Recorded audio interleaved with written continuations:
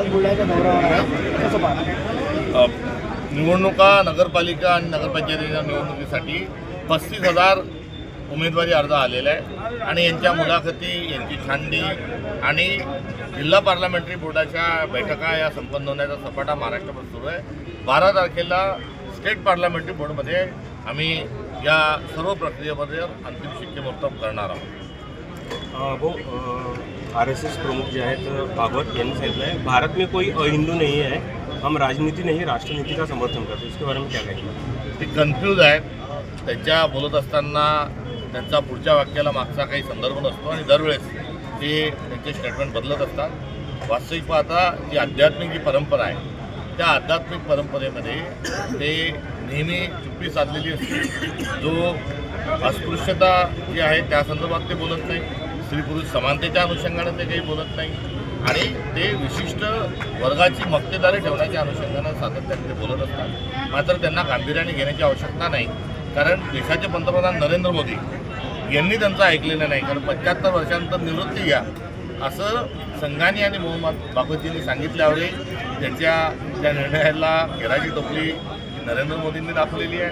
आणि महाराष्ट्राचे जे मुख्यमंत्री आहेत यांना देखील त्यांनी सूचना केली की अजित पवारांना सत्तेत सहभागी करून घ्या.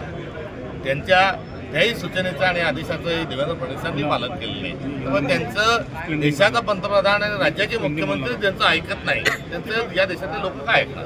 विजय वडेट्टीवार हे म्हणतात की मुंबई महानगरपालिका ही स्वबळावर लढू, काँग्रेसची स्वबळावर लढेल, ही त्यांची अधिकृत घोषणा आहे का?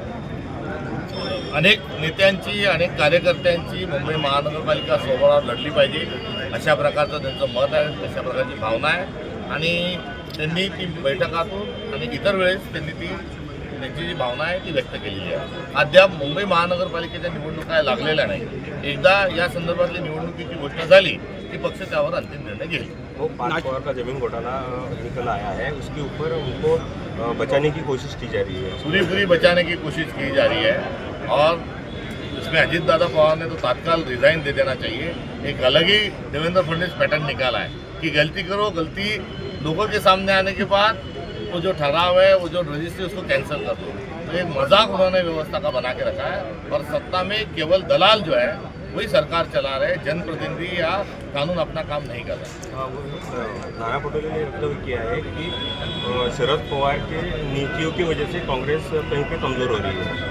उनके बयान की मुझे पूरी जानकारी नहीं, पूरा बयान सोच के मैं कराया. नाशिक निवडणूक जी आहे ती काँग्रेस आणि मनसे सोबत लढणार आहे, काय त्याच्यावर काय? या संदर्भामध्ये कुठलीही चर्चा नाही.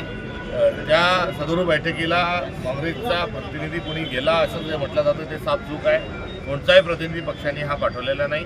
गेलेली व्यक्ती ही व्यक्तिगत कॅपॅसिटीत गेली का अजून कोणत्या याच्यानुसार गेली याची मला कल्पना नाही. मात्र त्या ठिकाणी पक्षाचा जो काही प्रतिनिधी गेलेला आहे त्यांना आम्ही नोटीस दिलेली असून त्या संदर्भात त्यांचा खुलासा मागितलेला आहे. सदर बैठकीचा आणि काँग्रेसचा कोणताही संबंध नाही. मन से अगर हाथ बढ़ाती है आपकी और दोस्ती का तो आप क्या करेंगे? ये राष्ट्रीय स्तर पर इंडिया अलायंस जो है राष्ट्रीय स्तर पर है. कन्याकुमारी से लेके तो सीधा जम्मू कश्मीर तक और गुजरात से लेके तो आसाम, मिजोरम, नागालैंड तक इंडिया अलायंस के सहयोगी दल है.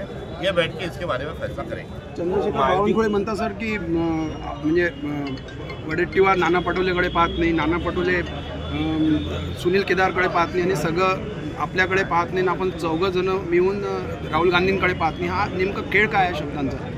त्यांना आता त्याच्याजवळ दुसरं काही नाही. पार्थ पवार झालेलं प्रकरण आहे. त्यांच्या अधीनस्थ असणाऱ्या विभागात 2 मोठे भ्रष्टाचार झालेले आहेत. एक जैन बोर्डिंगचा आणि दुसरा पार्थ पवारांचा.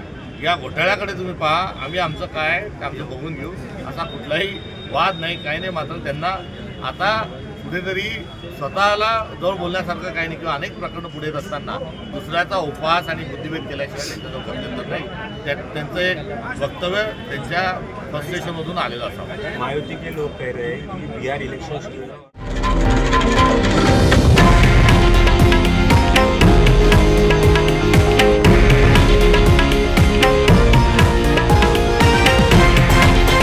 हे आहे देशातील नंबर 1 न्यूज नेटवर्क आणि आपण पाहत आहात TV9 मराठी, एकमेव.